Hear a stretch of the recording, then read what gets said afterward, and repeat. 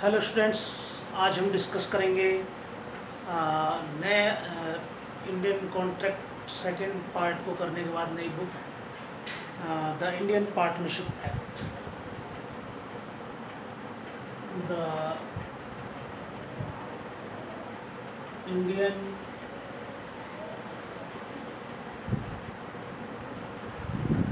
Partnership act 1932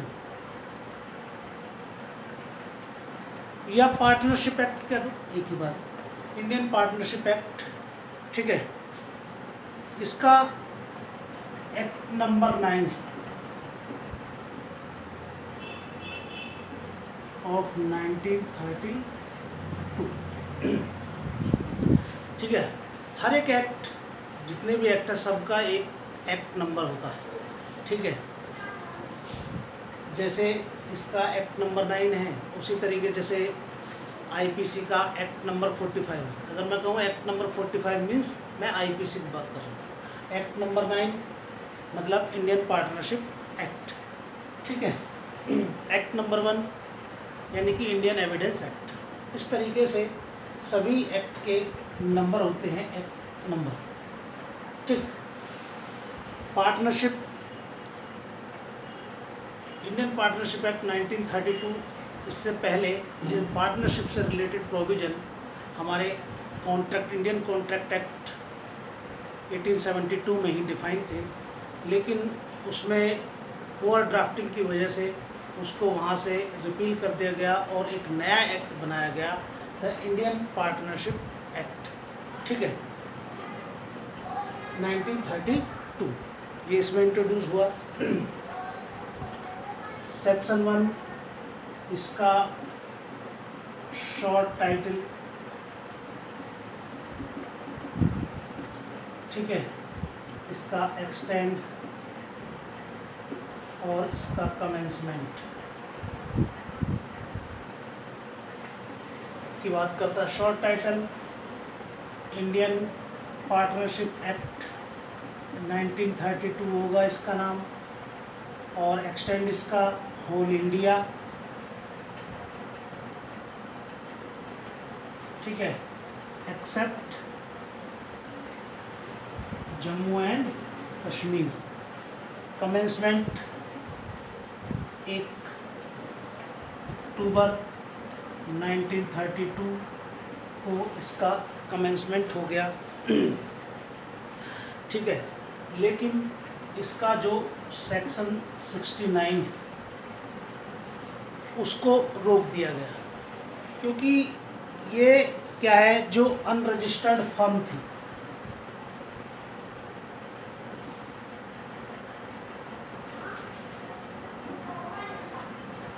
unregistered firm पर ये बहुत ज़्यादा प्रतिबंध लगा रहा था, तो इनको कुछ समय अनरजिस्टर्ड फर्म को, क्योंकि ये उनके ऊपर प्रतिबंध लगा रहा था कि उनके संबंध में, तो इनको टाइम दिया गया 169 को। इसीलिए 169 को ठीक 1 साल बाद अक्टूबर 1933 में एनफोर्स में आई है।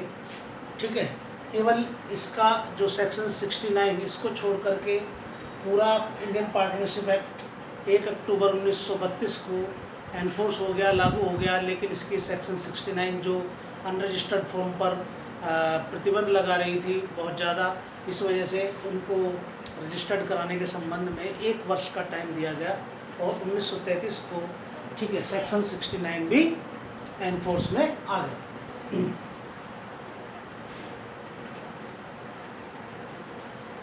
सेक्शन 2 में कुछ वर्ड्स हैं जिनको एक्सप्लेन किया गया है। ठीक है, और सेक्शन 2 ये भी कहता है कि जो इंडियन पार्टनरशिप एक्ट है उसमें जो कोई वर्ड यूज्ड हुए, लेकिन वो डिफाइन नहीं है,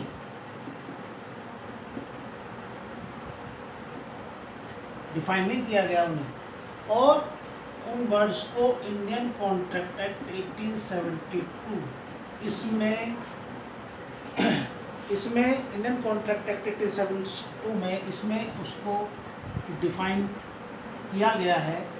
तो इनको यहाँ से जो है जो अर्थ इनका इंडियन कॉन्ट्रैक्ट एक्ट में है, जिस उसी अर्थ में ये इंडियन पार्टनरशिप एक्ट में भी लागू हो जाए। यानी कि ऐसा शब्द जिसका प्रयोग तो किया गया इसमें, लेकिन परिभाषा उसको डिफाइन नहीं किया गया, तो जो उसकी जो डेफिनेशन इसमें है वहीं से हम उसको इंपोर्ट कर लेंगे। इंडियन पार्टनरशिप एक्ट ने इंडियन कॉन्ट्रैक्ट एक्ट के ऐसे वर्ड जिनको इसमें डिफाइन नहीं किया गया है और इंडियन कॉन्ट्रैक्ट एक्ट में डिफाइन किया गया है, उनको इसने एज इट इज़ इसमें इंपोर्ट कर लिया है। ठीक है जी। अब सेक्शन 3 ये क्या है? ये application of Indian contract act है।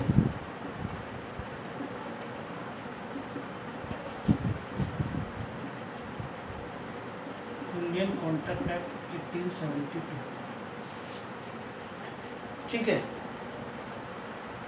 ये पार्टनरशिप पर अप्लाई होगा।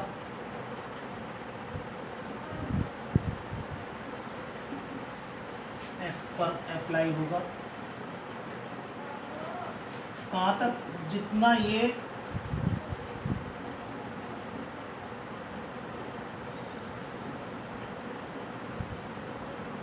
जहाँ तक ये उस पार्टनरशिप एक्ट से असंगत नहीं है, इनकंसिस्टेंट नहीं। अगर ये इनकंसिस्टेंट नहीं है तो पार्टनरशिप एक्ट के संबंध में अप्लाई होगा। ठीक है, और अगर इनकंसिस्टेंट है पार्टनरशिप एक्ट पे तो उस पर अप्लाई नहीं होगा। ठीक है,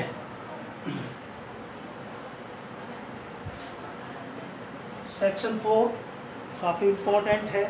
उससे पहले हम सेक्शन 5 देख लेते हैं। ठीक है, ये क्या कहता है? ये कहता है कि जो पार्टनरशिप है वो कैसे अराइज होगी।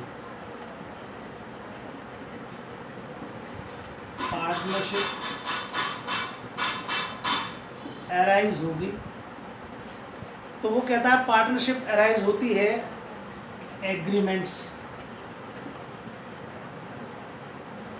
एग्रीमेंट से क्या? हैसियत से या स्टेटस से? स्टेटस से ये अराइज नहीं होती। ध्यान रखें, पार्टनरशिप एग्रीमेंट से अराइज होती है, स्टेटस से ये अराइज नहीं होती। ठीक है, जो मेंबर है, member of HUF, Hindu undivided family, HUF से मतलब है हिंदू अनडिवाइडेड फैमिली के जो मेंबर हैं, और ये कोई इस फैमिली बिजनेस कर रहे हैं। ठीक है, तो ये आर नॉट पार्टनर, ये पार्टनर नहीं होंगे। या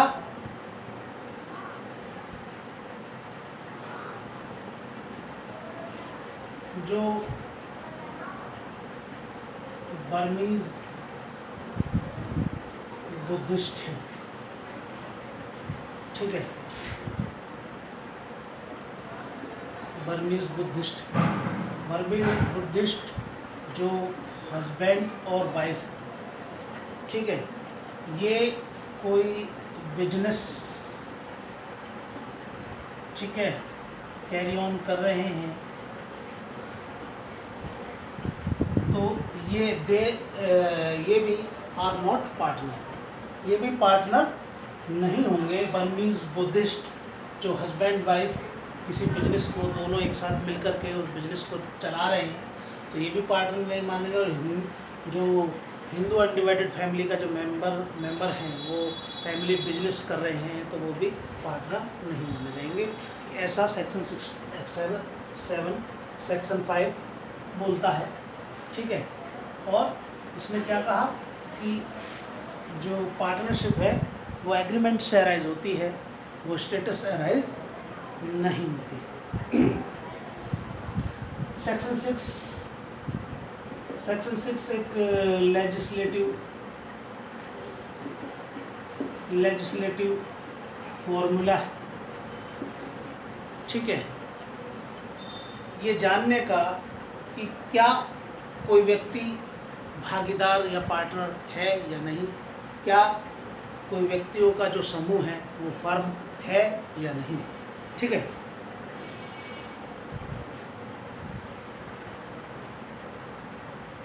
whether a person is or is not a partner, whether a person is or is not a partner, whether a group of person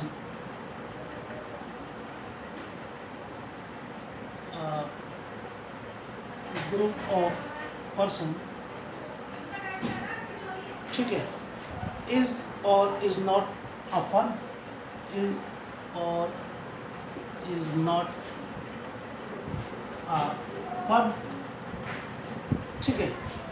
क्या वो फर्म है या नहीं, क्या कोई पर्सन पार्टनर है या नहीं, कोई व्यक्तियों का समूह है वो फर्म है या नहीं, इसका पता लगाने का।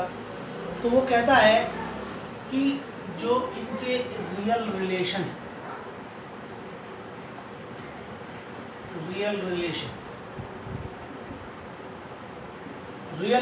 को देखो। रियल रिलेशन से जो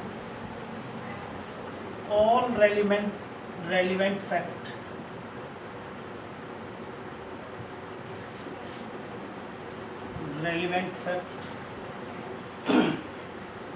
को एक साथ लाने से, ठीक है, जो शो होता है, दर्शित होता है, ठीक है। रियल रिलेशन जो है, रियल रिलेशन का ध्यान रखा जाएगा इसमें, और जो भी और रेलिवेंट फैक्ट है उनको साथ लाने से जो शो होता है, जो दर्शित होता है, ठीक है, उसके आधार पर हम देखेंगे कि एक पर्सन, अगर हमें लग रहा है कि ये एज ए पार्टनर काम कर रहा तो पार्टनर है, या ये एक जो ग्रुप ऑफ पर्सन्स है ये एज ए फर्म काम कर रहा है, जो रियल रिलेशंस हैं उनको देख करके ऑल रेलिवेंट के माध्यम से क्या शो हो रहा है, शो क्या हो रहा है, क्या लगता है कि पार्टनर है, प्राइमा फेस लग रहा है पार्टनर है, पार्टनर मान करके चलेंगे, नहीं है बर्डन ऑफ प्रूफ आपके ऊपर, आप दिखाइए, ठीक है। आप शो कीजिए कि ये पार्टनर नहीं, प्राइमा फेस क्या लग रहा है, लेजिस्लेटिव फार्मूला क्या करा, जैसे बर्डन इंडियन एविडेंस एक्ट, ठीक है, ये आपका सेकंड सेमेस्टर भी आपने नहीं पढ़ा, ठीक है। इंडियन एविडेंस एक्ट में भी जो बर्डन ऑफ प्रूफ है वो ये कहता है कि 102 लेजिस्लेटिव फार्मूला है। अगर इंडियन एविडेंस एक्ट का सेक्शन 102 पढ़ेंगे आप, बर्डन ऑफ प्रूफ, वो भी लेजिस्लेटिव फार्मूला, वो ये कहता है कि किसी स्टेज पर, किसी पर्टिकुलर स्टेज पर कौन व्यक्ति, दो व्यक्ति होते हैं, ठीक है, कौन हार रहा है, जो भी हार रहा है बर्डन ऑफ प्रूफ उसी के ऊपर है कि वो कोर्ट के सामने एविडेंस लेकर के आए और अपना पक्ष मजबूत करें। तो किसी भी स्टेज पर अगर ये जानना हो कि बर्डन ऑफ प्रूफ किस पे है, कौन सबूत देगा कोर्ट के अंदर, तो ये देखेंगे कि किसका पलड़ा हल्का है, किसका पलड़ा झुक रहा है, तो बर्डन ऑफ प्रूफ उस स्टेज पे उसी को होगा। इसी तरीके से इसमें भी बताया गया लेजिस्लेटिव फार्मूला है कि रियल रिलेशन से ऑल रेलिवेंट फैक्ट को देखकर, रियल रिलेशन से और उन सब रेलिवेंट फैक्टों को देख करके क्या शो होता है कि पार्टनर है, पार्टनर मान करके चलेंगे, फर्म है, फर्म मान करके चलेंगे, नहीं है दूसरे व्यक्ति के ऊपर बर्डन ऑफ प्रूफ होगा, वो शो करेगा कि इनके बीच में ऐसा रिलेशन नहीं है।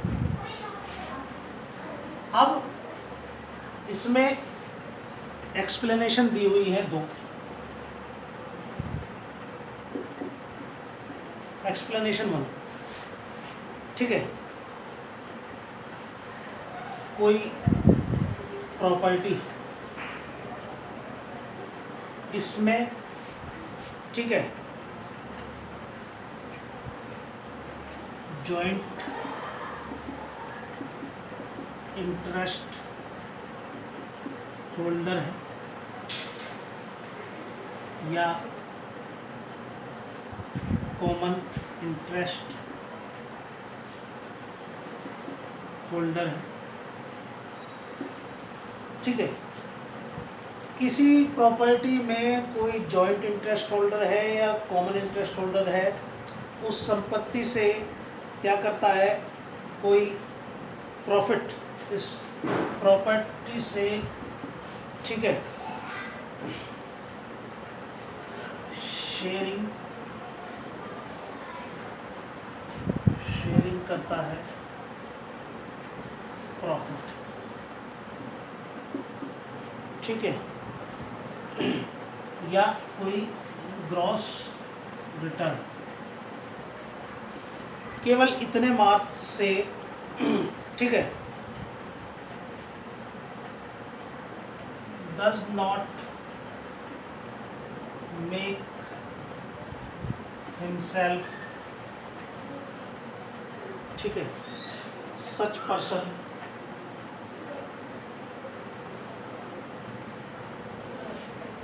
पार्टनर, ठीक है। प्रॉपर्टी में जॉइंट इंटरेस्ट होल्डर या कॉमन इंटरेस्ट होल्डर, ठीक है, द्वारा उस संपत्ति के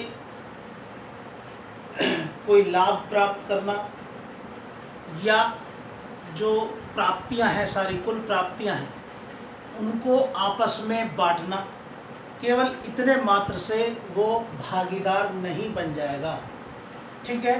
कोई प्रॉपर्टी है, प्रॉपर्टी का कोई जॉइंट इंटरेस्ट होल्डर है या कॉमन इंटरेस्ट होल्डर है, वो प्रॉफिट को शेयर करने से या जो कुल प्राप्तियां हैं उनको शेयर करने मात्र से पार्टनर नहीं बन जाता, ठीक है। ये बात आप थोड़ा सा ध्यान रखेंगे, ठीक है। दूसरा एक और भी है इसमें एग्जाम्पल,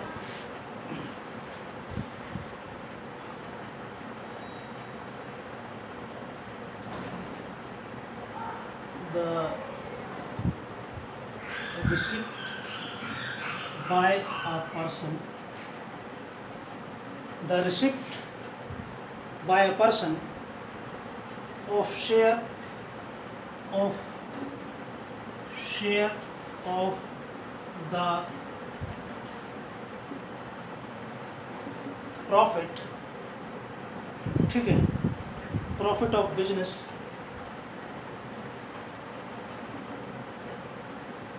ठीक है, does not itself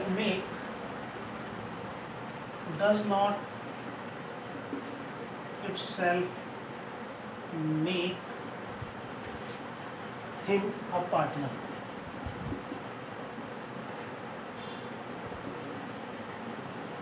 ठीक है।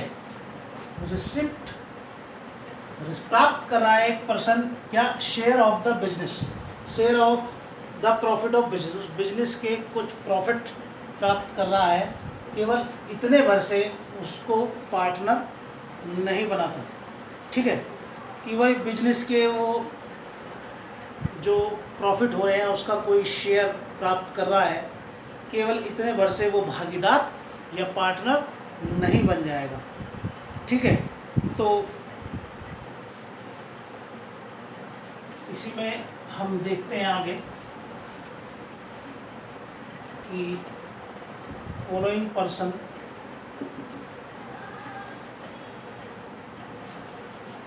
Are not partner. कौन से हैं ये है फर्म के, जो फर्म है उसके डेटर, ठीक है, उसके ऋण देता है, या इस फर्म का कोई सर्वेंट है या एजेंट है, ठीक है, ये भी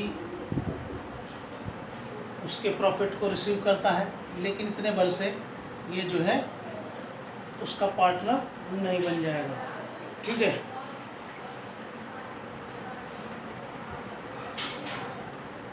विडो और चिल्ड्रन ऑफ डेड पार्टनर जिनको ईयरली वार्षिकी दी जा रही है, वो भी जो है पार्टनर नहीं बन जाएंगे। ठीक है। और गुडविल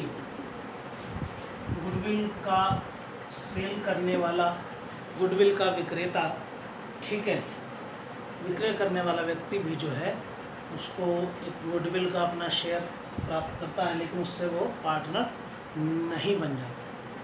ठीक है। तो ये कुछ एग्जाम्पल हैं जो केवल इतने वर्ष से ये जो है उस फर्म के पार्टनर नहीं बनते, इनके बीच में पार्टनरशिप अराइज नहीं। तो स्टूडेंट्स, आज का हमारा टॉपिक कंप्लीट होता है, नेक्स्ट वीडियो में डिस्कस करेंगे।